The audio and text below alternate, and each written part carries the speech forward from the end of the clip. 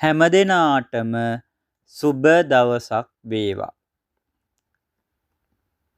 අද මම බලාපොරොත්තු වෙන්නේ ගොඩක් අය මගෙන් අහපු වැඩියේ කතා නොකරන සමහර විට මේ අයටත් කුතුහලයක් ඇතැයි කියලා සිතෙන මාතෘකාවක් පිළිබඳව.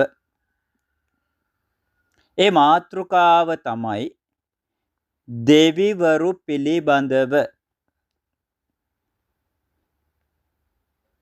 ඒ මාතෘකාව ගැන එක එක්කෙනාට එක අදහස් මති මතාන්තර තියෙන්නට පුළුවන්. සමහර අය දෙවියන් කියලා කොට්ටාසයක් ඉන්නවා කියලා විශ්වාස කරනවා. ඒ අයගේ උදව් ලැබෙනවා කියලත් විශ්වාස කරනවා. සමහර අය එහෙම අය නැති බවත් ඒ අයගෙන් අපිට පිහිටක් පිළිසරණක් නැති බවත් කියලා විශ්වාස කරනවා. ඉතින් මගේ දැනුමට අනුව බුදුදහමට අනුව ඒ පිළිබඳව පුංචි පැහැදිලි කිරීමට බලාපොරොත්තු වෙන්නේ. ඇත්තටම දෙවියන් කියලා කොට්ටාසයක් ඉන්නවා. අපි දන්නවා බුදුරජාණන් වහන්සේගේ දේශනාවට අනුවම දිව්‍ය ලෝක 6ක් සඳහන් වෙනවා. ඒ වගේම අපි දන්න බොහෝ දෙවිවරු ඉන්නවා. ඉතින් දෙවිවරුන් අතරින් අපිටත් වඩා මාර්ගඵල ලැබපු දෙවිවරුත් ඉන්නවා. අපි දන්නවා සුමන සමන් දෙවියෝ. ඉතින් බුදුහාමුදුරුවෝම දේශනා කරනවා සුමන සමන් දෙවියෝ කියන්නේ සෝවාන් වෙච්ච දෙවි කෙනෙක් කියලා.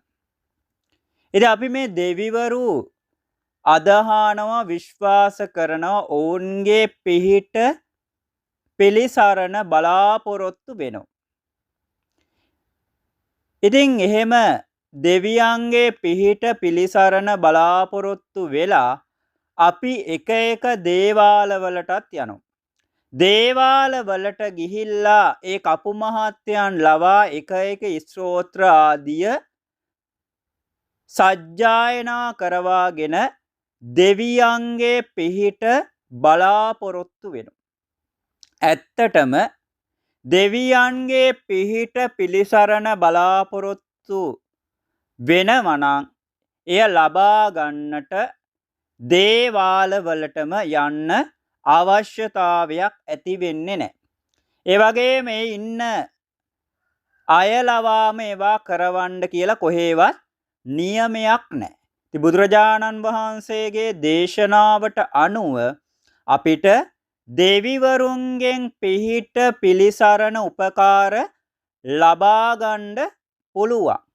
ඒක අපිට බුද්ධ චරිතය තුලින්ම අපිට ඕවාට ඕනෑ තරම් සාක්ෂි සහිතව උදාහරණ සපයන්න පුළුවන්කම තියෙනවා. මේ අයට මතක ඇති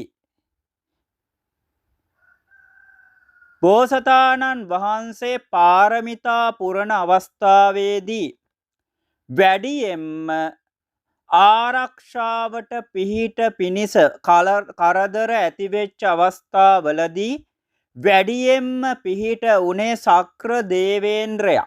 සක්‍ර දේවේන්ද්‍රයා කියන්නේ සදෙව් ලොවට අධිපති දෙවියෝ.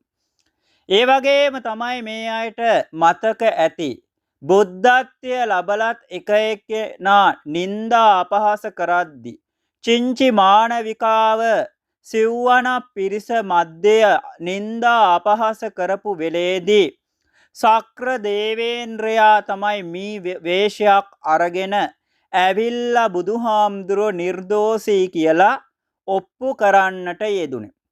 ඒ වගේම තමයි බුදුහාමුදුරුවන්ට විතරක් නෙමෙයි සාමාන්‍ය සිල්වත් ගුණවත් මිනිස්සෙක්ට වුණත් කරදරයක් උනාට පස්සේ මේ සක්‍ර දේවේන්ද්‍රයාගේ පාණ්ඩු කම්බල සෛලාසනය උණු වෙනවා.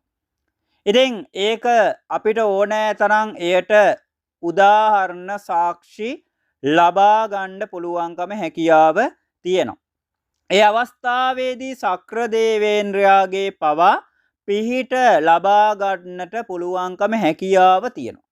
ඒ විතරක් නෙමෙයි අපි අදහන විශ්වාස කරන දෙවි දේවතාවුන් වහන්සේලාගේ උනත් පිහිටක් පිළිසරණක් අපිට ලබා ගන්න පුළුවන්කම තියෙනවා බුදුහාමුදුරන්ගේ දේශනාවට අනුව. ඉතින් අපිට ඒ අයගේ බැල්ම ලබා ගන්න පිහිට පිළිසරණ ලබා ගන්න පුළුවන් වෙන්නේ අපි ධාර්මිකව හොඳින් ජීවත් වෙද්දී. ඒ වගේම පිනට දහමට ලැබියාවක් ඇතිව වැඩි වැඩියෙන් පින් දහම් කුසල් දහම් සිද්ධ කරලා.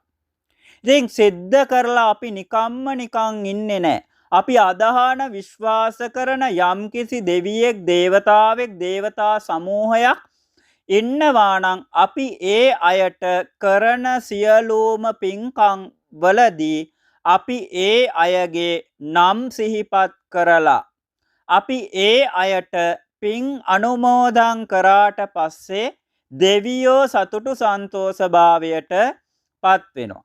අපි දන්නවා දෙවියන්ට පින්කම් කරන්නට කුසල රැස් කරගන්නට පුළුවන්කමක් හැකියාවක් නැහැ. ඉතින් එහෙම නිසා අපි පින්කම් කරලා ඒ දේව සමූහ මණ්ඩලයටම අපි දන්න නොදන්න ඉෂ්ඨකාමී සියලුම දෙවි දේවතාවුන් වහන්සේලා සියලු දෙනාටම අපි පින් අනුමෝදන් කරාට පස්සේ අපිට ඒ අයගේ ඇල්ම බැල්ම ආශිර්වාදය ළඟා කරගන්නට පුළුවන්කම තියෙනවා. අපි එහෙම කරාට පස්සේ ඒ අය අපිව හඳුනාගෙන අපි යම්කිසි උදව්වක් උපකාරයක් පිහිටක් පිළිසරණක් ඉල්ලුවාට පස්සේ ඒ අයට ශක්තිය හැකියාව තියෙනවා ඒ දේ ඉෂ්ට සිද්ධ කරලා දෙන්න. ඉතින් මේක ඇත්තක්ද බොරුවක්ද කියලා මේ අයටම මම මේ කියන දේවල් කරලා ඒ දේවල් තමන්ටම ප්‍රත්‍යක්ෂ කරගන්නට ඒ අත්දැකීම අත්විඳින්නට පුළුවන්කම හැකියාව තියෙනවා. ඒකයි කිව්වේ ඒකට අපිට දේවාල වලටම යන්න අවශ්‍යතාවයක් නැහැ. අපි ඉන්න ඕනෑම ස්ථානයකදී ඉඳන් අපි පිනක් දහමක් කරලා ඒ දෙවියන්ට ඒ පින අනුමෝදන් කරාට පස්සේ අපි ඒ අයගේ මොනාහරි දෙයක් අපි යහපත් දෙයක් ඉල්ලුවාට පස්සේ ඒ අයට අපිට ඒ දේ ලබා දෙන්නට අපිව කරදර ආදී දේවල් වලින් ආරක්ෂා කරන්නට පුළුවන්කම හැකියාව ශක්තිය ඒ අයට තියෙනවා. ඉතින් මේ අයටත් ඒ වගේ ප්‍රතිඵල ලබන්න පුළුවන්. අපි නිකන් දෙවියන්ගෙන් යමක් ඉල්ලන්න හොඳ නැහැ. අපි දෙවියන්ට බැරි දේ අපි කරලා දෙන්න ඕනේ. ඒ දේ තමයි අපි පිනක් කරලා දෙවියන්ට නිරන්තරයෙන් පුරුදු පුහුණු වෙන්න ඒ පින අනුමෝදන් කරන්නට. අනුමෝදන් කරාට පස්සේ අපිට ඒ දෙවියන්ගේ ආකර්ෂණය ඇල්ම බැල්ම නිතැතින්ම අපි බලාපොරොත්තු වුණත් නැතත් ලබාගෙන අපේ ඒ යහපත් බලාපොරොත්තු ප්‍රාර්ථනාවන් ඉෂ්ට නොවන බලාපොරොත්තුවක් ප්‍රාර්ථනාවක් තියෙනවා නම් එය ඉෂ්ට සිද්ධ කරන්න පුළුවන්කම හැකියාව ශක්තිය දෙවියන්ට තියෙනවා. ඉතින් එහෙම ඕනෑ තරම් සාක්ෂි කාරණා අපිට බුද්ධ දේශනාවට අනුවම සඳහන් කරන්න පුළුවන්කම තියෙනවා. ඉතින් බුදුහාමුදුරුවෝ දෙවියෝ කියලා જાතියක් පිළිගෙන තියෙනවා. ඒවා දෘශ්‍යමානව දැකලත් තියෙනවා. ඒ වගේම ඒ අයගේ සියලුම දේවල් පිළිබඳ බොහෝ සූත්‍රවල විමාන වත්තුවේදී පවා හොඳින් දේශනා කරලා පැහැදිලි කරලා තියෙනවා. ඉතින් මම හිතනවා මේ අනුශාසනාව මේ අයට ප්‍රමාණවත් ඇති කියලා තමන්ටත් මේ පිළිබඳව සැකයක් සාංකාවක් තිබුණා නම් ඒවා විසඳා ගන්නට විසඳාගෙන දේවාල වලට නොගොස්ම තමන් ඉන්න තැන ඉඳන්ම අපිට දේවාශිර්වාදය දෙවියන්ගේ පිහිට පිළිසරණ රැකවරණය අපිට බලාපොරොත්තු ඉෂ්ට සිද්ධ කරගන්නට පුළුවන්කම හැකියාව ශක්තිය තියෙනවා. ඉතින් ඒ නිසා වැඩියෙන් අනුශාසනාව ඒ පිළිබඳව දික්කරන්න බලාපොරොත්තු වෙන්නේ ඔබටත් යම්කිසි දැනුමක් අවබෝධයක් පැටහීමක් ලැබෙන්නට ඇති සැකයක් සාංකාවක් තිබ්බානම් එය දුරු වෙන්නට ඇති කියලා මම බලාපොරොත්තු වෙනවා. ඉතින් ඒ නිසා අපිත් පින්කම් කරලා දෙවියන්ට පින් අනුමෝදන් කරලා මම කියපු දේ සත්‍ය අසත්‍යතාවය ඔබටම ඒ අත්දැකීම් තුලින් වටහා ගැනීමේ හැකියාව ශක්තිය තියෙනවා. හැම දිනාටම තෙරුවන් සරණයි, යහපතක්ම සිද්ධ වේවා.